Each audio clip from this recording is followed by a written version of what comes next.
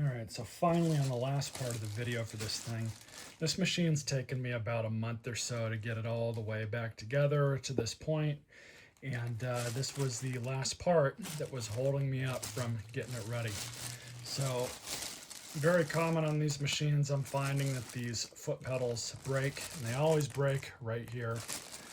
This part number is 203-8075. Now getting these in is quite a bit easier than getting them out.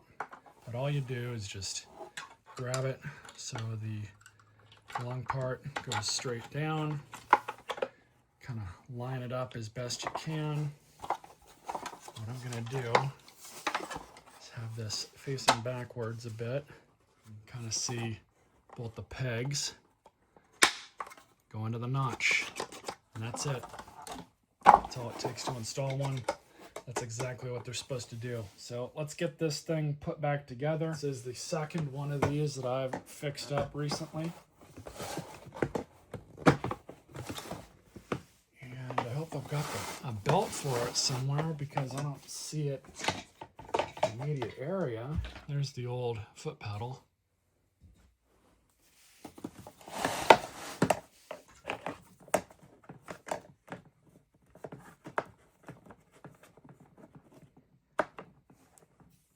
Pretty crazy. I used to really not like these machines because I always thought they were cheap, very cheaply made, and they are, you know, there's no way around that. These were really basic machines back then. But the interesting thing is the new Bissell machines aren't any better. In fact, they're worse in many different ways. So here we are in 2025, and I can't believe I'm saying this, but these were really good machines that Bissell made at the time, compared to what they make now for sure. And before I completely reinstall this. Yeah, this one doesn't even have... Some of these machines will have the little filter that would go right here, but this one doesn't even have a hole. That's how old this thing is. But anyways, as I was saying, I used to really not like these machines. And a lot of the people that like Bissell's have really romanticized these. I guess there's a lot of a nostalgic factor with them. People's parents bought them, had them as a kid or whatever. And for a lot of people, this was their first real exposure to vacuums, I guess. And then they started collecting them, and it goes all downhill from there. I kid. But yeah, these, compared to what Bissell makes now, not even really Bissell, but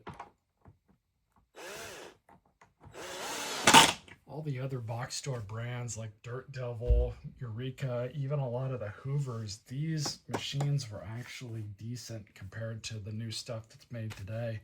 And I can't believe I'm saying that. I really can't, because this machine was a trash find. I have found and left at the curb so many of these things over the years. Like, I know some of you probably won't be able to believe this, but I've seen all kinds of different PowerForces like these at the curb over the past 15 years, and I've never bothered to pick them up. Never did. Some of you are very familiar with how rare some of the models are. I don't know too much about the rarity of these things, but you name it, I've probably seen it. And I've just never been interested in these machines. It's just the way it's always been. I've never particularly cared for them. I know a lot of my viewers love them. I'm not knocking anybody for that, but I'm just saying. So amazingly, I was able to find a belt. This brush roller is actually a used brush roller from another one of these machines that I've scrapped recently. And what I'm starting to find with a lot of these is the fact that these machines were never made to last this long. Those of you that collect them probably know that all too well.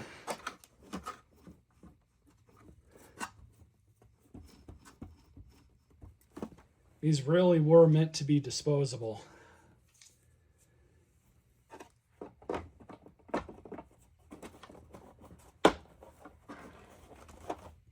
Looks like I'm missing a couple screws too, unfortunately, but I think I've got some stashed away. Yep, sure enough, I had some extras, so I just put that one in.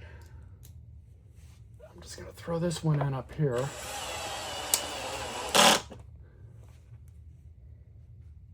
There we go. It always pays to keep extra hardware from whatever projects. So we're gonna get this thing into the usual spot and test it out, see how it runs. All right, so let's see how this beast runs. I've got the attachments for it, but they're at the shop, at least the crevice tool and the wand. It's at number 3 setting right now. We'll see if that's gonna do.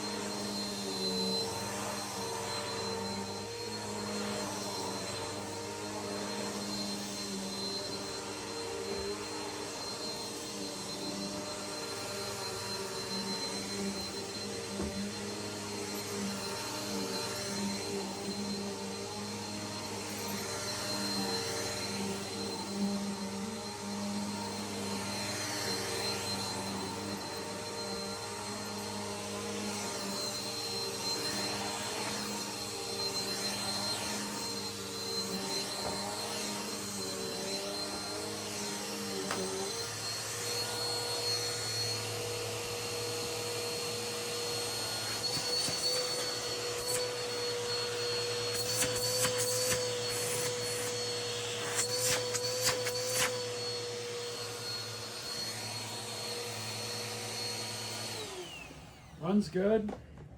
Motor sounds healthy. This has the lower powered motor in it.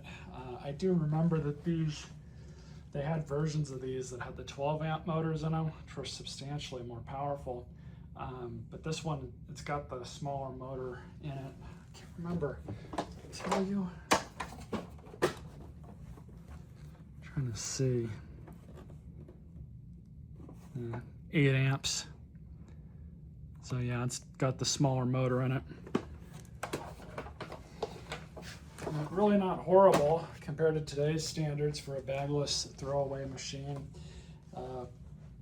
It's what a world we live in, where now Bissells from 15 years ago were actually halfway decent when you compare them to what's available now. As I start finding more of these at the curb, I'll probably do some more videos on them because the views seem to do really well. And the videos perform pretty well. And really, as long as you guys keep commenting on them and thumbing them up or even thumbing them down and just interacting with them, it makes the views go up like crazy. Some of these Bissell PowerForce videos that I've done really, really well in the view category. So as long as they keep performing well, I'll keep doing them and keeping an eye out for these things, and hopefully we can find some more to restore on this channel. Stay tuned for more videos.